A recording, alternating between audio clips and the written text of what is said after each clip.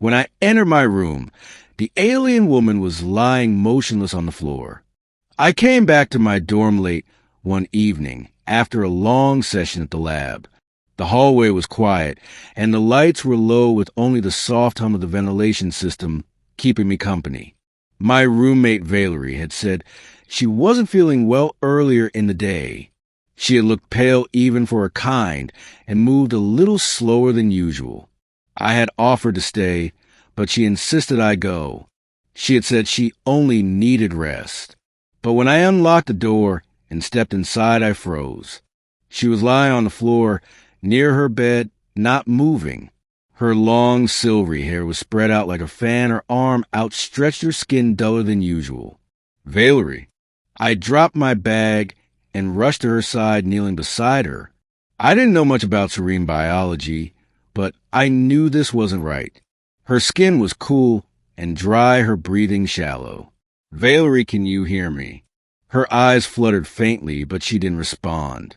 I tapped the emergency button on the wall, which alerted the campus med center. They said help was on the way.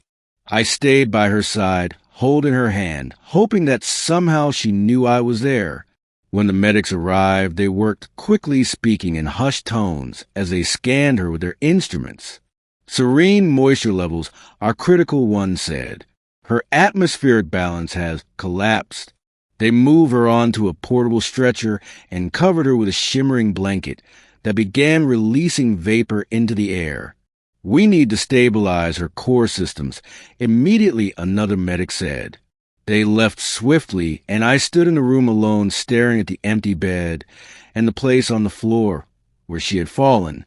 That night, I didn't sleep. I sat in the chair by the window, waiting for news. I hadn't realized how deeply I had grown attached to her until I thought I might lose her. She was more than a roommate, more than an alien, more than a friend. She had become part of my life in ways I hadn't fully understood until now. The next morning, I went to the campus med center and asked to see her. They let me in under supervision.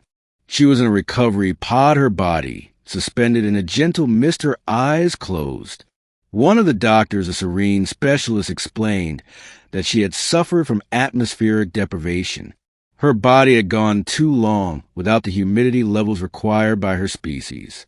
She had suppressed the symptoms because she didn't want to seem weak among humans. She didn't tell me.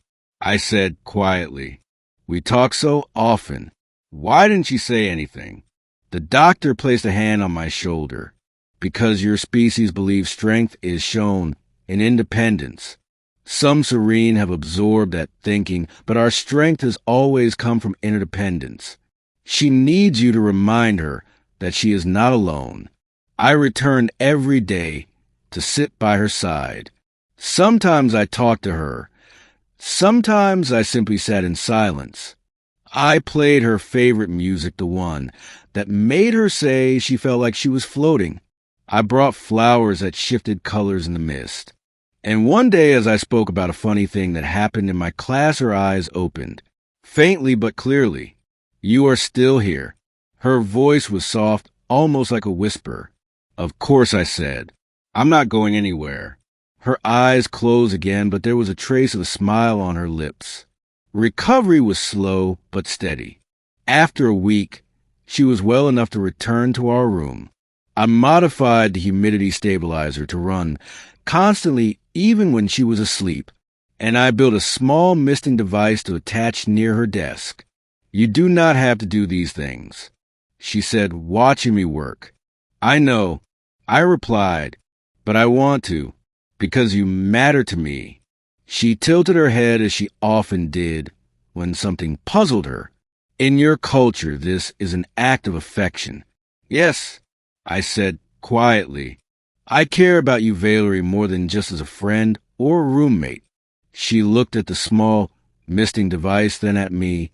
"I have begun to feel this too.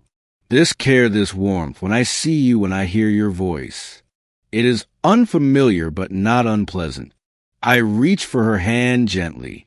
"You don't have to name it right away. Just let it grow."